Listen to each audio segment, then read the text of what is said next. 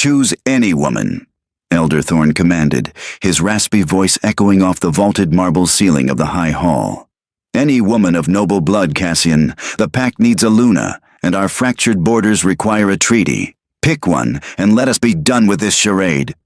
Alpha King Cassian stared at the glittering, perfumed line of high-born daughters. He despised them all.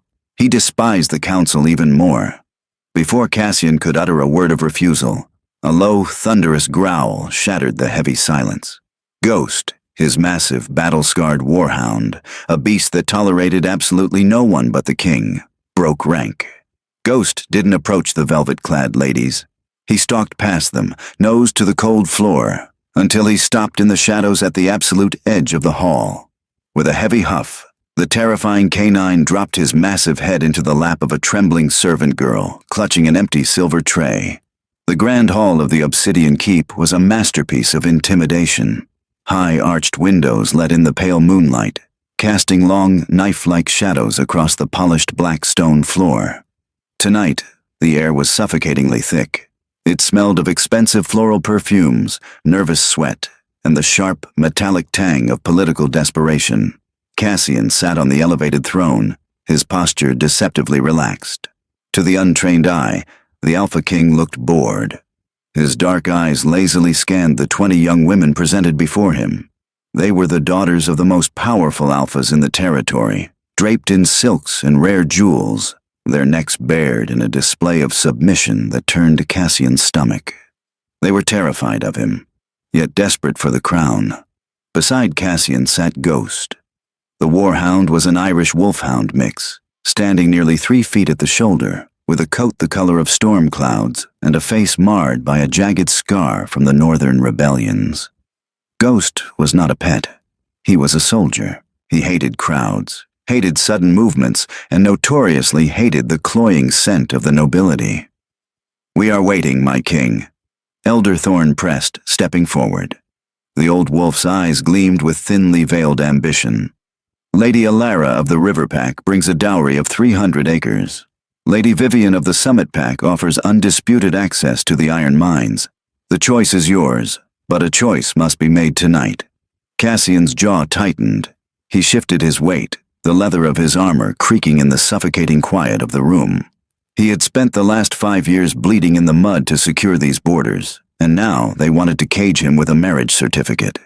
In the far corner of the hall, half hidden behind a towering marble pillar, stood Luna. She wasn't supposed to be visible.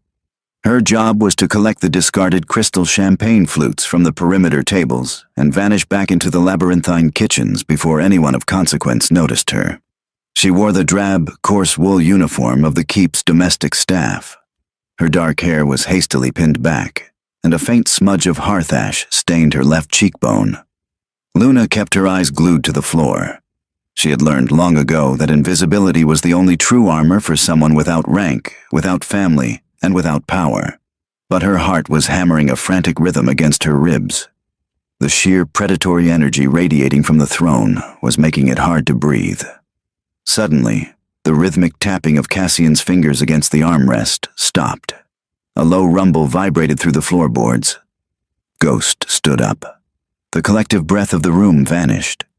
Several of the noble women instinctively stepped back, their silk gowns rustling loudly in the dead silence. Ghost's amber eyes swept the room, entirely ignoring the line of potential queens. He lowered his massive head, his nostrils flaring as he caught a scent. Thump, thump, thump. The hound's heavy paws echoed as he descended the 3 marble steps of the dais. Cassian did not call him back. The king merely watched, his dark eyes narrowing with sudden, intense focus. Ghost bypassed Lady Alara. He didn't even glance at Lady Vivian. He walked with the slow, deliberate gait of a predator tracking a wounded deer, moving straight toward the shadows at the edge of the room. Luna squeezed her eyes shut, pressing her spine so hard against the marble pillar she thought her bones might snap. "Please," she prayed to whatever goddess was listening, "please just walk past." The heavy, warm breath of the beast washed over her knuckles. Luna froze. The empty silver tray in her hands rattled against her trembling thighs. She slowly opened her eyes and looked down. Ghost, the terrifying beast who had ripped the throats from enemy generals, was sitting squarely in front of her. He looked up at her with intelligent, amber eyes. Then, with a soft whine that echoed like a gunshot in the silent hall, the massive hound rested his heavy, scarred chin directly onto her rough, ash-stained hands. Someone in the center of the hall dropped a glass. It shattered, the sound ringing out like a death knell. Luna's breath hitched in her throat. She stared at the hound, then slowly, agonizingly, lifted her gaze past the beast, across the vast expanse of the black marble floor, straight to the throne. Alpha King Cassian was looking directly at her, and for the first time all evening, the king did not look bored. "Get that beast away from the servant." Elder Thorn's voice cracked like a whip, shattering the fragile, suspended animation of the hall. His face had mottled into a furious, bruised plum color. "Guards, remove the hound and throw that girl in the dungeons for disrupting the ceremony." Two heavily armored guards at the perimeter stepped forward, their hands resting on the hilts of their swords. "Take one more step." Cassian's voice rang out, quiet, but carrying a lethal, vibrating undertone, "and you will leave this hall without your heads." The guards froze instantly, their eyes wide, boots glued to the floor. Cassian stood slowly. He was a towering figure, broad-shouldered and lean, moving with the fluid, coiled grace of a snake ready to strike. He didn't look at Thorn. He didn't look at the outraged, humiliated noblewomen. He only looked at the girl pinned against the pillar. Luna felt the blood drain from her face. She tried to pull her hands back, to drop the tray, to run, but Ghost whined sharply and pressed his heavy chin harder against her wrists, pinning her in place. The hound was deliberately keeping her there. "Cassian, this is a mockery!" Thorn sputtered, stepping into the king's path as Cassian descended the dais. "The hound is confused. The girl reeks of the kitchens, of cooked meat. She is distracting him. You cannot possibly entertain this—" "Ghost is never confused," Cassian interrupted softly, finally turning his dark, fathomless gaze onto the elder. "He tracked a rogue assassin through a blizzard for 3 days, using only the scent of a dropped glove. He is not distracted by kitchen grease." Cassian stepped around the sputtering elder and began the long walk across the floor. The crowd parted for him as if repelled by a magnetic force. As the Alpha King drew closer, Luna's survival instinct screamed at her to drop to her knees and bare her neck. It was the law. It was instinct. Yet her knees remained locked. Her hands, still trapped beneath the hound's jaw, were trembling violently, but her chin remained level. She stared at the king's chest, unable to meet his eyes, focusing on the intricate silver embroidery on his dark leather tunic. Cassian stopped 2 feet away from her. Up close, the sheer physical presence of the man was overwhelming.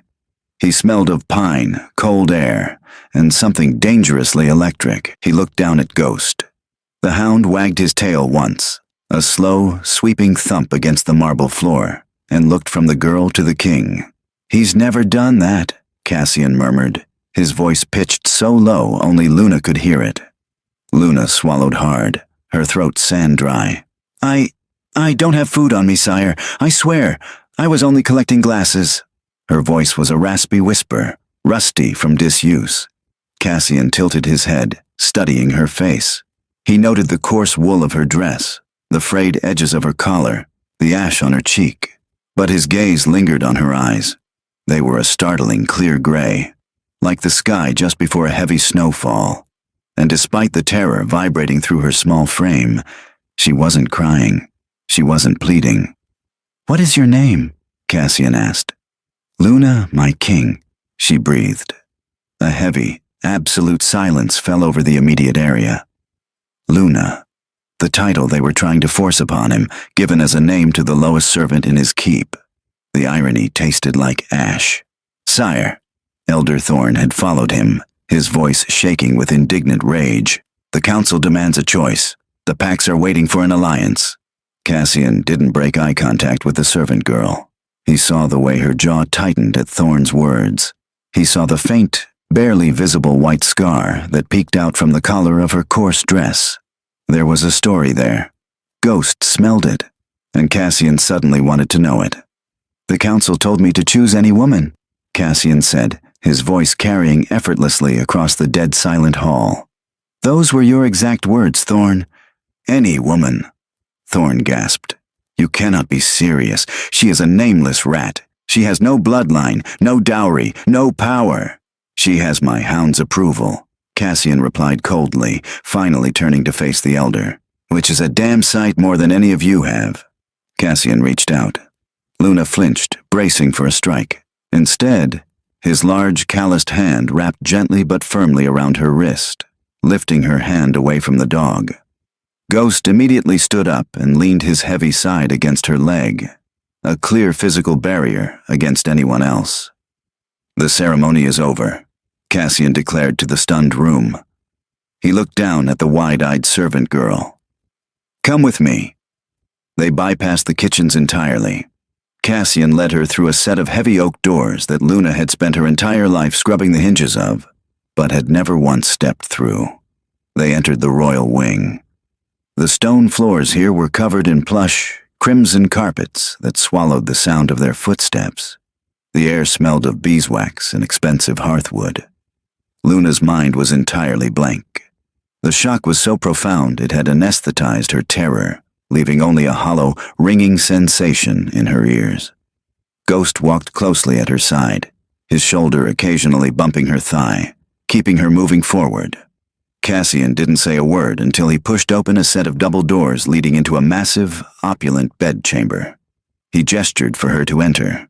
Luna stepped inside, clutching her empty silver tray to her chest like a shield. The room was larger than the entire servants' quarters. A massive four-poster bed dominated the center, draped in dark furs and silk sheets. A fire crackled warmly in the hearth. Cassian stepped in behind her and closed the doors. The heavy click of the lock sounded like a prison door slamming shut. Luna instantly retreated, backing up until her shoulders hit the cold stone of the fireplace mantel. "Please," she whispered, the numbness finally breaking, allowing the panic to flood back in. I don't know what you want from me. I have nothing." Cassian walked to a heavy oak side table and poured 2 glasses of amber liquid from a crystal decanter. He offered one to her. She didn't move. He set the glass down on a nearby table, taking a slow sip from his own. He watched her over the rim. "I don't want anything from you, Luna," he said, his voice shedding the commanding alpha resonance he used in the hall, dropping to a tired, grounded register. "You can put the tray down." She didn't drop it. Her knuckles were white. "If you don't want anything, then why am I here? They will kill me. Elder Thorn will have me gutted the moment you leave the keep." "Elder Thorn cannot touch you in this wing," Cassian said, stepping closer to the fire. He looked exhausted. The lines around his eyes deepened in the firelight. "And you are here because if I had chosen one of those high-born daughters tonight, I would have handed half my army over to a rival pack. The council wants a puppet queen they can control to keep me on a leash." Luna stared at him, her chest heaving. "So you used me to spite them." Cassian paused, lowering his glass. He seemed genuinely surprised by her bluntness. Servants didn't speak to the Alpha King with accusations. They spoke with apologies. "Yes," he admitted, entirely unashamed. "I did, but I also trust my Hound." He looked down at Ghost, who had curled up on a massive fur rug near Luna's feet. Ghost doesn't just sniff out assassins. He senses intent. He senses survivors. He walked past 20 women drenched in expensive perfume to find a girl hiding in the ash. "Why?" Luna clamped her mouth shut. She looked away, staring into the flickering flames. "You're not trembling anymore," Cassian noted quietly. Luna stiffened. He was right. The violent shaking in her limbs had stopped. "You were terrified in the hall," Cassian continued, taking a slow step toward her. He moved carefully, reading her body language like a battlefield map. "But you weren't terrified of me. You didn't flinch when I approached. You flinched when Thorn yelled. You were terrified of being seen." Luna's grip on the tray tightened so hard her fingers ached. "I am a servant. Being seen means being punished." "Don't lie to me," Cassian murmured. He was close enough now that she could feel the heat radiating from him. He reached out and gently took the silver tray from her rigid fingers, setting it aside. You have the posture of someone who has been beaten, but the eyes of someone who fought back. Where did you get the scar on your collarbone? Luna slapped her hand over her throat, her eyes flashing with sudden, defensive fire. It was the first time she had looked directly into his eyes since they entered the room. I fell, she lied smoothly. Cassian stared at her, the corner of his mouth twitching upward in a dark, humorless smile. It was a terrible lie, and they both knew it. You're going to sleep here tonight, Cassian said, stepping back and breaking the intense proximity. In the bed. I will take the couch in the study next door. Tomorrow the council will demand an audience. They will try to tear you apart with words. They will try to prove you are unfit, weak, and unworthy of the title. He turned and walked toward the heavy adjoining doors of the study. He paused, his hand on the brass handle, and looked back at her over his shoulder. Prove my hound right, Luna. Survive them. Luna did not sleep. She spent the entire night sitting rigidly in the center of the massive, silk-draped bed. Her knees pulled tight to her chest. The fire in the hearth slowly burned down to glowing amber embers, casting long, shifting shadows across the opulent room. Ghost never left her side. The massive war hound had curled into a heavy, breathing barricade at the foot of the bed, his ears twitching at every distant sound in the keep.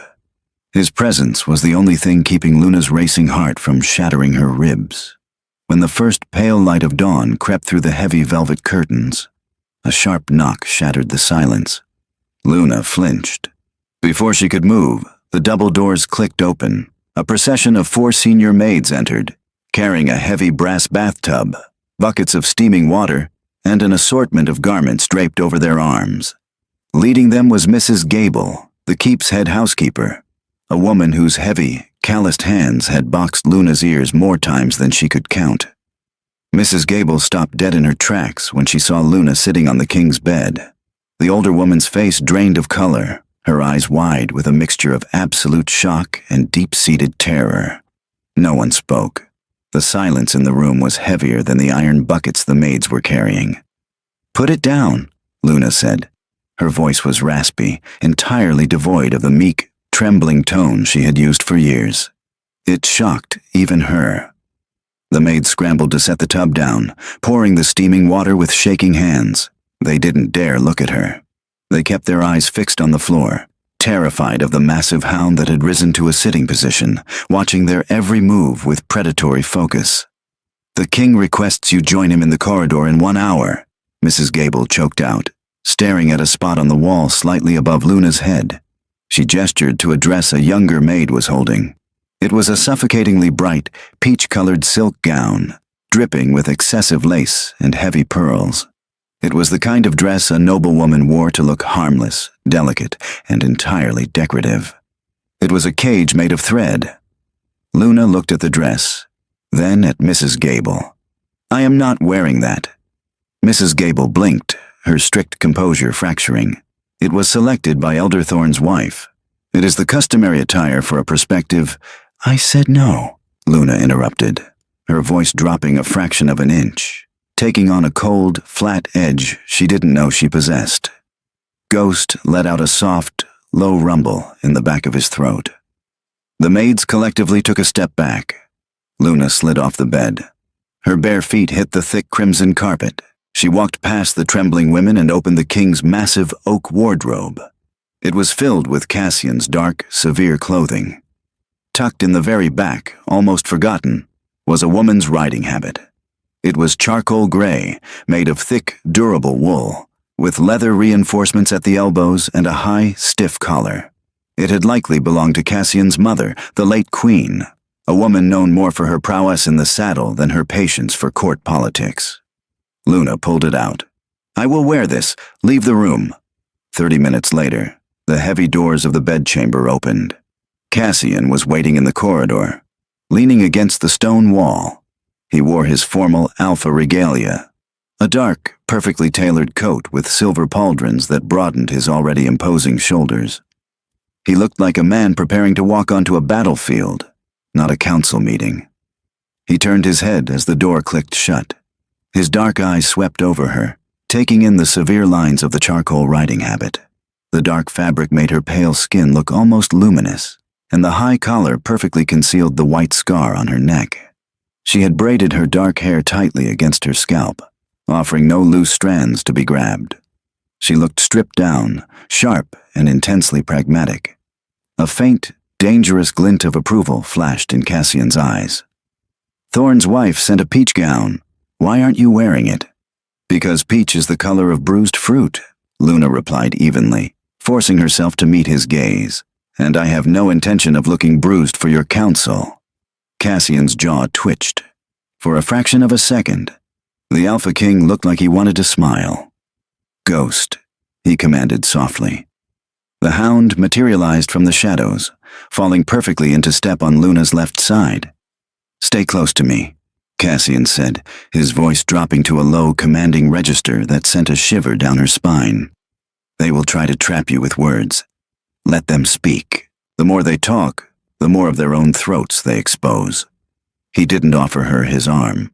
A king did not escort a servant, but as they walked down the long, echoing corridors toward the council chamber, Cassian deliberately matched his long strides to her shorter ones, ensuring she was never more than an inch behind his shoulder. They were going to war. The council chamber was a circular room built of ancient, blood-dark mahogany. 7 large, high-backed chairs were arranged in a semicircle, occupied by the 7 elders of the pack. They looked like vultures perched on a cliff edge, their eyes sharp, hungry, and fixed entirely on the door. When Cassian entered, the elders stood.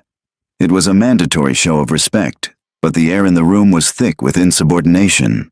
When Luna stepped through the threshold behind him, a collective, sharp intake of breath hissed through the chamber. Elder Thorn's face immediately contorted into a mask of pure, unfiltered disgust. Cassian walked to the center of the room and took his seat at the head of the heavy wooden table. There was no chair for Luna. It was a deliberate, calculated slight meant to force her to stand before them like a prisoner awaiting sentencing. Before Thorn could speak, Cassian reached out, grabbed the heavy oak chair to his right, and dragged it across the floor with a loud, violent screech of wood against stone. He positioned it directly beside his own. "Sit," Cassian commanded. Luna sat. She kept her spine rigidly straight, resting her hands in her lap to hide the slight tremor in her fingers. Ghost immediately curled around her boots, his massive weight a grounding anchor in the hostile room. "Alpha King," Elder Thorn began, his voice dripping with false diplomacy. "We convened this morning hoping that the theatrics of last night had passed. The pack is in a fragile state.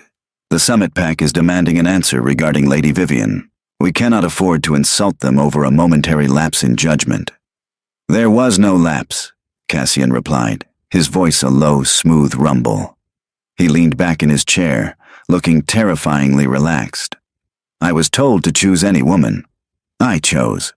"You chose a floor scrubber." Elder Elias, a thin man with a hooked nose, snapped, slamming his fist onto the table. "A girl with no scent of a pack, no lineage. She has no family, no history, no bloodline to speak of. She is a void, Cassian. A Luna must be the heart of the pack. She must bleed for her people. What does this girl know of our traditions?" "She knows how to survive," Cassian countered coldly, "which is more than I can say for the pampered airs you parade in front of me." "Survival is the trait of a rat, not a wolf," Thorn sneered, stepping forward. He signaled to a servant standing in the shadows of the room. "But if the Alpha insists that this creature is worthy of the title, then she must undergo the traditional rite of purity. As is pack law." Cassian's posture instantly shifted. The relaxed demeanor vanished, replaced by a coiled, lethal tension. "The rite of purity is a relic. It hasn't been used in a century." "It is law," Thorn shot back, his eyes gleaming with malicious triumph. "If she is to be Luna, she must prove her fortitude." The servant approached the table carrying a silver tray. On it sat an ornate, jewel-encrusted chalice. Luna knew immediately what it was: the rite of purity. She had heard whispers of it in the kitchens. The prospective Luna was required to drink a ceremonial wine laced with a tiny, heavily diluted amount of wolf's bane. A true, strong wolf would process the toxin within minutes, proving their supernatural healing. A weak wolf, or a human, would become violently ill. Thorn picked up the chalice and set it firmly on the table in front of Luna. "Drink, girl. Prove you belong in this room." Cassian's hand shot out, his fingers hovering just an inch from the chalice. "Thorn, if you have poisoned my—" "I will take it," Luna interrupted. Cassian's head snapped toward her, his dark eyes wide with warning. "No!" his gaze screamed, but Luna was already reaching for the chalice. Her hands were perfectly steady. She wrapped her fingers around the cool metal and lifted it toward her face. She didn't look at the king. She looked dead into Elder Thorn's eyes. She brought the rim of the chalice just below her nose. She inhaled, a slow, deliberate breath. The scent hit the back of her throat like crushed glass. It wasn't the dull, earthy smell of common wolfsbane. It was sharp, sweet, and aggressively metallic. Luna slowly lowered the chalice. The silence in the room was absolute. "Alpine strain," Luna said, her voice echoing clearly off the mahogany walls. "Harvested late in the season, likely after the first frost, which doubles its toxicity. Mixed with a base of fermented elderberry to mask the bitterness." Thorn's smug expression faltered, a flicker of genuine shock cracking his composure. Luna gently set the chalice back onto the silver tray. She didn't take her eyes off Thorn. "A ceremonial dose requires 3 crushed petals per gallon of wine. This chalice contains the distilled oil of the root. It is not a test of fortitude, Elder Thorn. It is a kill dose. 3 sips would stop a grown alpha's heart in 4 minutes. The silence that followed her words was so profound it felt like a vacuum. Cassian stared at her, his chest rising and falling with slow, heavy breaths. Then, with terrifying calmness, the Alpha King stood up. He picked up the silver chalice. He walked around the table until he was standing directly in front of Elder Thorn. The older man shrank back into his chair, the blood completely draining from his face. "Is she wrong, Thorn?" Cassian whispered, his voice vibrating with a lethal, suppressed roar. Thorn opened his mouth, but no sound came out. Cassian turned his hand, pouring the poisoned wine directly onto the polished mahogany table in front of the elder. The liquid hissed violently as the potent, acidic toxin immediately began to eat through the expensive varnish, sending up a thin trail of acrid smoke. Cassian dropped the empty chalice onto the ruined wood with a deafening clatter. He looked at the pale, trembling elders. "If anyone else in this room wishes to test my Luna," Cassian said, his eyes black with rage, "you will do it with steel, and you will do it against me." He turned on his heel, grabbed Luna's arm, and marched her out of the chamber. Cassian did not let go of her arm until they were safely behind the locked doors of his private study. The moment the heavy deadbolt clicked into place, the adrenaline holding Luna upright evaporated. Her knees buckled. She didn't fall. Cassian caught her, his large hands gripping her shoulders, lowering her gently into a heavy leather armchair near the unlit fireplace. Ghost immediately pressed his large head into her lap, whining softly. Luna buried her trembling hands in his thick gray fur, her breathing ragged and shallow. She had just accused the most powerful elder in the territory of attempted murder. The reality of her actions was crashing down on her like a collapsing roof. Cassian walked to the far wall, his movements sharp and agitated. He poured 2 fingers of whiskey into a glass, walked back, and pressed it firmly into her shaking hands. "Drink," he ordered. It wasn't a request. Luna brought the glass to her lips. The amber liquid burned a hot, cleansing trail down her throat, settling the violent shivering in her chest. Cassian pulled up a chair and sat directly across from her. He leaned forward, resting his elbows on his knees. The rage from the council room was gone, replaced by an intense, burning curiosity that felt far more dangerous. "How?" Cassian began, his voice low and deliberate. "Does a kitchen maid know the exact distillation process of Alpine wolfsbane?" Luna stared at the amber liquid at the bottom of her glass. She knew this moment was coming. The moment she spoke in that room, she had shattered the illusion of the invisible, ignorant servant. "I asked you a question, Luna. Cassian pressed softly. He reached out, his long fingers gently but firmly tilting her chin up so she was forced to look at him. His touch was warm, calloused, and surprisingly gentle. You didn't just smell poison. You identified its harvest season. You identified the root oil. That is knowledge kept strictly by pack apothecaries and assassins. "If I tell you," Luna whispered, her voice cracking, "you will look at me the same way Thorn does, like I am a threat." "Thorn tried to kill you because you disrupted his political game," Cassian replied, his thumb lightly brushing the edge of her jaw. "I am trying to keep you alive. I cannot do that if I am fighting in the dark. Tell me who you are." Luna closed her eyes. The phantom smell of smoke and burning pine filled her memory, a nightmare she had spent 7 years trying to outrun. "You told the council I had no pack scent," Luna said quietly, opening her eyes to meet his piercing gaze. "You're right. I use a lye soap mixed with dried sage to strip my scent every morning. I've done it since I was 16. Cassian frowned, his dark eyebrows drawing together. "Why?" "Because if Elder Thorn ever caught my true scent," she breathed, the confession tearing out of her chest, "he would know he failed to finish the job 7 years ago." Cassian went completely still. The air in the study seemed to drop 10 degrees. "My name is Luna," she continued, her voice gaining strength, fueled by a decade of buried grief. "But my father was Silas, the alpha of the Silver Pine Pack." Cassian's eyes widened, a rare show of genuine shock.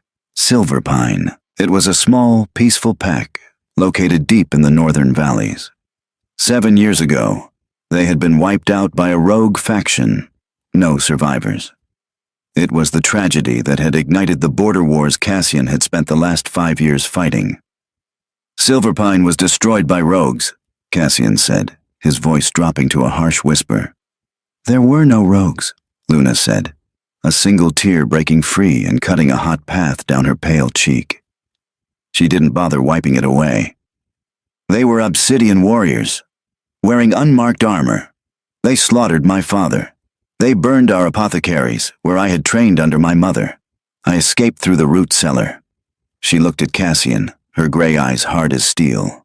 "I didn't run away from the monsters, Cassian. I hid inside their house, because the man who ordered the strike on my pack is sitting in your council chamber." Before Cassian could process the massive, earth-shattering weight of her confession, a frantic, heavy pounding echoed against the study door. "Sire!" a muffled voice yelled from the corridor. "Sire, open the door! It's urgent!" Cassian swore under his breath. He stood up, giving Luna one last, intense look, a look that promised this conversation was far from over, before he crossed the room and threw the deadbolt. General Kyle, Cassian's second-in-command, stood in the doorway. The hardened warrior looked unusually pale. "What is it?" Cassian demanded. "It's the Summit Pack, sire," Kyle said, breathing heavily. "Lady Vivian's father received word of the ceremony. He considers your rejection an act of war. He has blockaded the iron mines and mobilized his northern borders." Kyle swallowed hard, glancing nervously past Cassian to where Luna sat by the fireplace. "He says he will not stand down," Kyle finished grimly, "unless you hand over the servant girl to face Summit justice for insulting their bloodline." Cassian stared at General Kyle through the narrow crack of the study door. The air in the corridor felt heavy, thick with the impending threat of a two-front war. The Summit Pack was the largest military force in the Northern Territories. Their iron mines supplied half the region's weapons. A blockade was a death sentence for their economy. A mobilization was a promise of slaughter. "Tell the Summit envoy to hold his position at the border," Cassian said, his voice deadly calm, devoid of the panic Kale clearly expected. "Tell him that if Lady Vivian's father wishes to declare war over a bruised ego, he will find my armies ready to meet him at the Valley Pass." Kale's eyes widened. "Sire, with respect, over a servant. We are already fractured. The Council will not support a war against Summit. They will demand we hand the girl over." "The Council does not command my armies, Kyle. I do." Cassian's jaw set into a rigid, unforgiving line. "Mobilize the vanguard, double the watch on the northern perimeter, and Kale." "Yes, sire?" "Do not let Elder Thorn leave the keep. Post your most trusted men at the gates. No one goes in or out without my explicit seal." Cale hesitated, glancing nervously at the door frame, but the terrifying absolute authority radiating from his king silenced any further objections. He pounded his fist over his heart in a sharp salute and vanished down the corridor. Cassian closed the heavy oak door, sliding the deadbolt back into place with a definitive clack. He turned back to the room. Luna was still sitting in the leather armchair, her knuckles white as she gripped the glass of whiskey. She looked terrifyingly small against the massive furniture, but her gray eyes were clear, focused, and unblinking. She had heard every word. "You are going to fight them," Luna whispered, the reality of it washing over her. "You are going to drag your people into a war just to keep me here." "I am not going to war over a servant," Cassian replied, walking slowly back toward the fireplace. He stopped in front of her, his towering frame casting a long shadow across her face. "I am going to war because the Summit Pack thinks they can dictate who sits beside me on the throne, and because the man pulling their strings is sitting in my council chamber." Cassian knelt, bringing himself down to her eye level. It was a shocking gesture of equality from an Alpha King. Ghost immediately rested his chin heavily on Cassian's knee, letting out a soft, approving huff. "You said Thorn ordered the strike on Silverpine," Cassian said, his voice dropping to a low, intense hum. "You said you hid in the root cellar. You watched them burn your home. If Thorn used obsidian warriors in unmarked armor, he had to pay them. He had to organize them. A man like Thorn doesn't leave a blood trail unless he thinks it's completely covered." Luna swallowed hard, the ghost of burning pine and copper filling her senses. "He covered it well, but he didn't cover everything." Cassian's eyes sharpened. "What do you have?"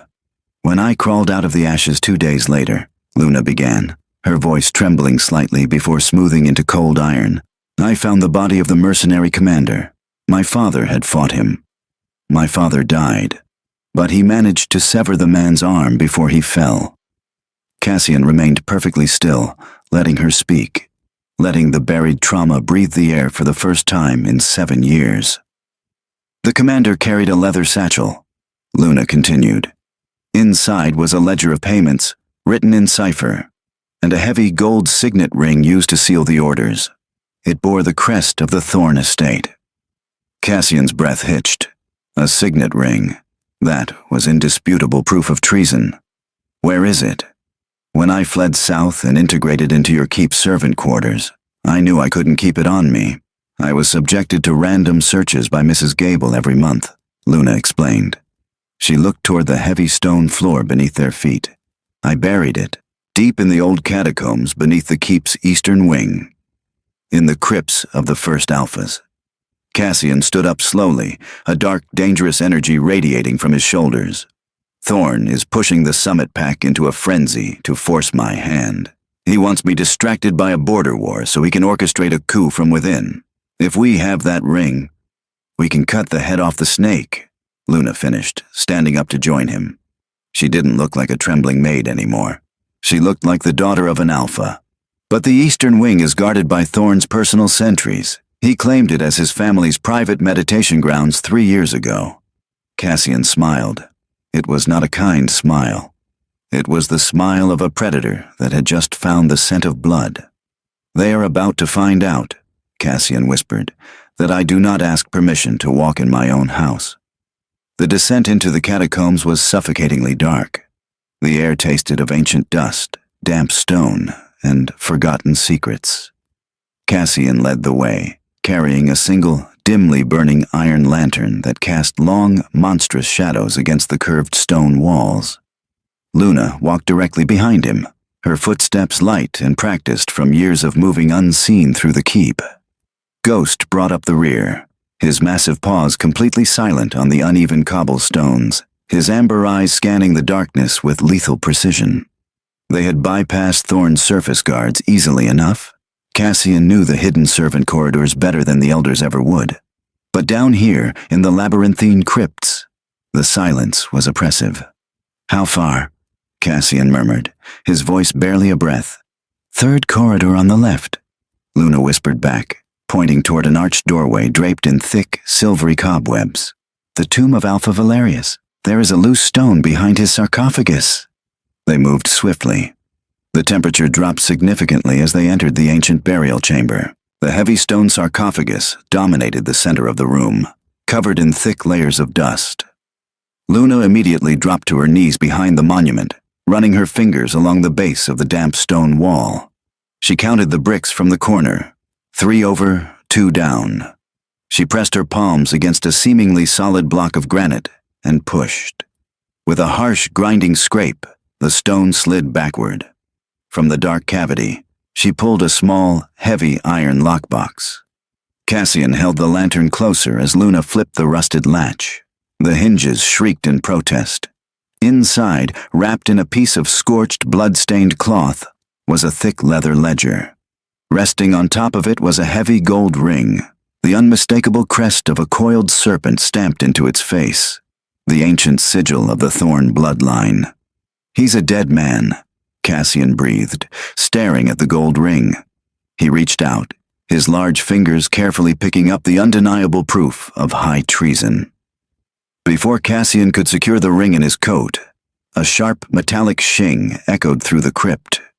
It was the sound of a sword being drawn from a scabbard. Ghost erupted into a deafening, terrifying roar, lunging forward into the darkness. "Hold him!" a harsh voice shouted from the corridor. 3 men stepped into the dim light of the lantern.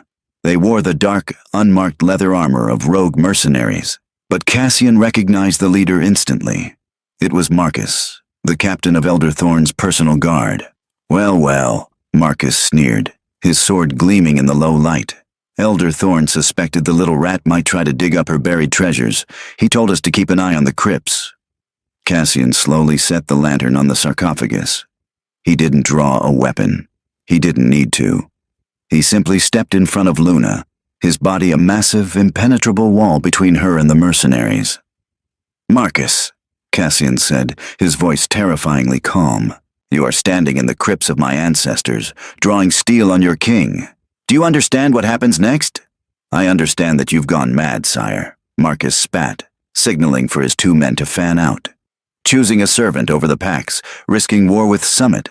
Elder Thorn is simply doing what is necessary for the survival of the Obsidian Pack. We will tell the council you were ambushed by rogues in the dark." Marcus lunged. He never made it halfway across the room. Ghost hit the captain like a freight train of muscle and teeth.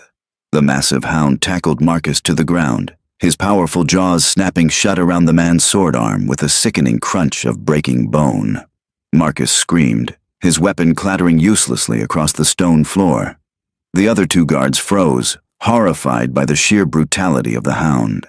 That second of hesitation was all Cassian needed. The Alpha King moved with a blur of coiled, predatory speed.